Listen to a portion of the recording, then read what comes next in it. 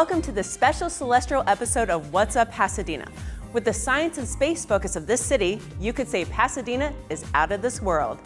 On this episode, we beam over to the Pasadena Museum of History for their science fiction exhibit, Dreaming the Universe, blast off with the Planetary Society, and meet Sue Finley, NASA's longest-serving woman that's been working at JPL since 1958. So I went up and applied for a computer job, and they needed one right away. So I just went to work right away. A human computer did calculations for engineers using a pencil and a paper, but also a Frieden calculator, which is a calculator about this big, mechanical. You plug it in, it makes lots of noise, but it has 10 digits that you can do things with. And then you write the answers down, and then you plug in some more. So but it multiplies and divides, not just adds and subtracts like it. And that's what a computer used. I don't know when the electronic computers were named such, but there have been human computers around for a very long time. I was working in the thermodynamic section, and we were working on nose cones, ceramic nose cones for rockets. And this was in '57. I don't know what I was working on. I mean, I knew that much, but I didn't know what the equations meant or anything. But the engineers wanted to know what would happen if you did this, and then what would happen along the way. So you have those numbers and those equations that you write out. It's very much like programming, actually. And then you just start plugging them in, and then you hand them the answers. And they pretty much know what to expect, I think. Well, the projects are just constant at JPL, and we do all the deep space robotic things, so I don't work on manned things. The most interesting one I worked on was called the Venus balloon, and it was interesting because it was a very small project at JPL. We were tracking a Russian spacecraft that was going to drop off the French balloons at Venus. So that was pretty interesting and very different and kind of secret, so that was really fun. It is exciting when something works that you've been working on for months and months, years. When you have an encounter like Juno into Jupiter, and the reason that you get so excited is that it could have been a failure. And the fact that it was successful, and now you get to spend years gathering data. The best thing about working at JPL is that you're working in exploration and space, which is new. You have something new all the time. You're helping with designing and operating and using data that makes these pictures that are just astounding, that nobody else has gotten. We've just done everything. And it's all for good stuff, We don't do any defense, we don't do any offense, we just explore. It's just great to be part of something like that.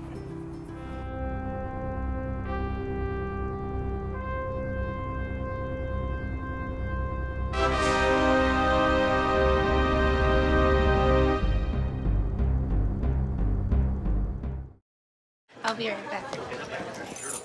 Hi! You think you're probably sober? Yeah. But you're thinking about taking the back roads home, just in case. If you're probably sober, then why would you do that?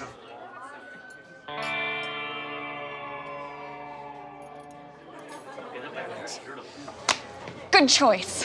Probably okay isn't okay. If you see a warning sign, stop and call a cab, a car, or a friend. That's a full glass of wine. I'll be chatting you later.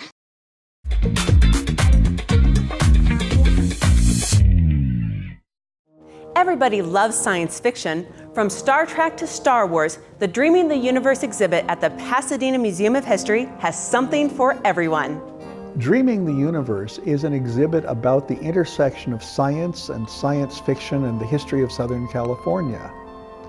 The idea is that all of these things interacted in this community, in this greater community, as the space program and the movie industry and television, writing of science fiction, the artwork of science fiction, all developed here from the 1930s on. And it's an amazing environment with a lot of interaction between the people and the projects.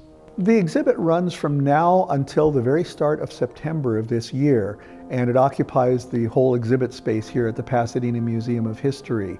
So there's a lot of stuff on display and a lot of special events coming up. The idea is that we have creations here by professionals, by fans, and by people who were sort of in between. Hannes Bach, for instance, started out as an amateur artist who was just very good. But we have other artists represented in the collection who would do things at the Pasadena Chalk Festival just for fun. We have ones who illustrated books and magazines over their careers, who just had ties to Southern California, especially the Los Angeles area. The main thing here, though, is to show little samples of things from a lot of creators. And so we have costumes from some of the movie and TV things. We have a Twilight Zone board covered with signatures. We have artwork that was done by fans at different time periods on mimeograph or in different special reproductions. A lot of people only know Sid Mead from his work on things like Blade Runner. But overall, he was an incredible designer who has been living here in Pasadena for many years. And so he loaned us one of his early pieces that was an advertising piece. And he ended up creating an entire futuristic city to advertise a camera, which is in the foreground. That's the kind of thing he would do as an artist, and that's how he created so much of the material in Blade Runner, is that he just kind of got carried away in trying to explain things. The way he could explain them was with visual images. We have a model of a planet that was used in Star Trek. We have part of the Death Star from Star Wars. We have pieces of artwork and writing and examples of things that were created for different purposes. We have two very special jumpsuits in the exhibit, for example. One worn by John Lithgow and the other one worn by Lou Costello. Both of them in science fiction movies, and both of them had to be custom made because John Lithgow was very tall and skinny and Lou Costello was very wide. There's even an ape head from one of the Planet of the Apes movies. Mr. Freeze's helmet from the Batman TV show. Star Trek uniforms. Things from older television as well, though, and that's one of the things we especially wanted to show. Things from the 30s, 40s, and 50s are an important part of the development of science fiction. And so we have the uniforms from Space Patrol. We have some of the cultural icons that came about because science fiction and science were being promoted together in the post-World War II period. And that's part of the story we're telling. We have a 75-year-old board game in the other room. We have other things that are just an amazing history of the local community and the things that went on in it. And that's what this exhibit is about. Octavia Butler was one of many science fiction authors with ties to Pasadena, and the one that grew up locally, which most of the others did not. There were other writers in addition to her that we have represented in the collection who have ties to Pasadena, more than you would think, partly because of Caltech. The Caltech environment helped create both the space program and the science fiction universes, and that's just because of the type of people who were there. There have been short story writers and others who were there as students or as professors. There have been a lot of Caltech people and JPL people who were also science fiction fans, though. Ramona Bradbury is going to be talking tonight about what it was like growing up in the household of Ray Bradbury, her father. He was a brilliant writer and a very interesting man, but also a very quirky man. And I think that her stories of what it was like growing up with him are going to be a really attractive thing. Fantastic bedtime stories every night. We went down in the pyramids of Egypt and saw everything that was down there. These were serial stories, so you could hardly wait till the next night to have the story continue. I didn't realize till about the age of 25 how amazing he was. I was a very poor reader. I didn't have comprehension. I didn't become a good reader till I was 25, and then it's like, wow, the light came on. I just think he's amazing, not just because he's my father. Well, one of his greatest lasting contributions to the science fiction field is something he didn't think was science fiction. His Martian Chronicles stories stepped outside the box as far as describing an environment and a possible population that he didn't think was possible. He considered Martian Chronicles to be fantasy, but if so, it's a brilliant set of fantasy stories. Pure science fiction, his greatest contribution was probably Fahrenheit 451, because that is the work that he considered to be his definitive science fiction novel. And HBO, I believe, is doing a television adaptation of that coming out in just a few weeks from now. Consider how we would have been without a space program and without science fiction. Think of what our lives would be without cell phones, medical devices that came out of the space programs, miniature computers. Those things came out of both science fiction and science aimed at the space program. Even some of the foods that we have, the preparation methods were developed so the foods could be sent into space. Those are the kind of things that we don't think about all the time, but they're important parts of our lives that wouldn't have existed if somebody hadn't said, hey, what if we could make a phone that you could fit in the palm of your hand? What if we could make a CAT scanner that was portable? What if we could make a medical device that could scan somebody from across the room? Those are the kind of things that came out of that intersection of science and science fiction, and they're part of our lives.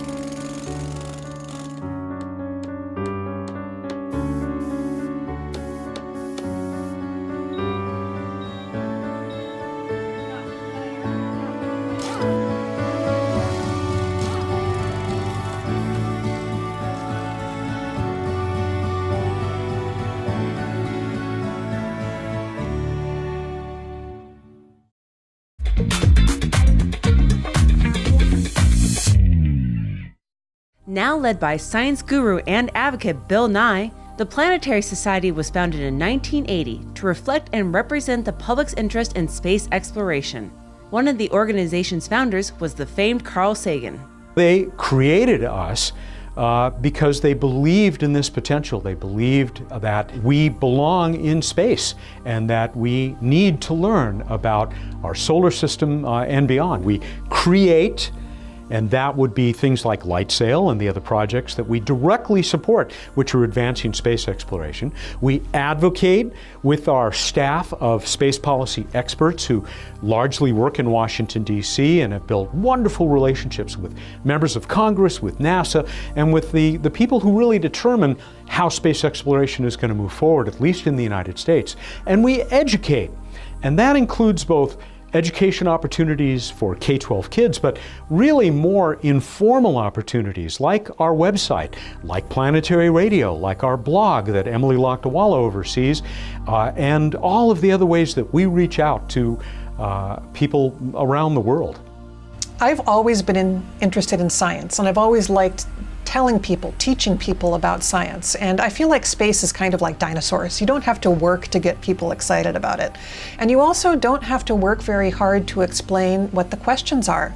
The questions are really interesting, really easy to understand. How did we get here? Are we alone? Why is Venus so different from Earth? Why is Mars so different from Earth? Why is Titan so similar to Earth? These are all really easy questions to understand and explain. It's hard to get the answers. You have to build spacecraft. You have to build difficult instruments that can see through the clouds. But there are all these things that are very easy to explain, get people excited, get kids into studying space and space science, and then on to other STEM careers. Our biggest project is LightSail. And this is basically the Planetary Society's attempt to launch and pilot a solar sail in space. And for those who haven't heard of it, a solar sail is pretty much what it sounds like. It is actually a sailing ship that flies not on wind, because of course there's no wind in space. Some people will think the solar wind, but it's actually the light of the sun, the photons coming from the sun that bounce off of these gigantic reflective mylar sails that are unfurled by light sail, and we hope will, at least once it's in orbit, drive it into a higher orbit. But we think that solar sailing has tremendous potential across our solar system. There are even projects underway, like one called Breakthrough Starshot, that will use tiny sails, maybe just a meter across, with tiny electronics in the middle, that will be driven not by the sun, but by giant lasers. And that this may be the only technology which will be able to reach other stars, like reaching Proxima Centauri, part of that near Alpha Centauri system, the nearest to Earth, 4.5 light years, but tens of trillions of miles away. And that only a sail, or at least a solar sail is one of the few technologies that might be able to reach that in a reasonable amount of time, decades instead of centuries or millennia, like the chemical rocket systems that we have right now that will take thousands of years to reach out as far as the nearest star. That's just light sail. We have many other projects underway. I think one of the easiest ways to access what's going on in space right now is just through pictures. Nearly every spacecraft that we send to space takes amazing photos. And many of those spacecraft, including Curiosity, the NASA Mars rover, puts those pictures on the internet as soon as they come to Earth. So you can follow the adventures of both Curiosity and Opportunity on the surface of Mars every day. You can go to the web and see new pictures. You can go to the web and see new pictures of our sun and of the Earth and follow natural disasters in real time from orbit just by looking at NASA's public pictures, which they release to everyone. So I think that's the best way for the public to get involved. One of the most fun things I do in my job is to be on Planetary Radio every week with Matt Kaplan, doing a What's Up segment where we tell people easy things to look for in the night sky, give you a little trivia, some random space facts, and generally have irreverent banter about space.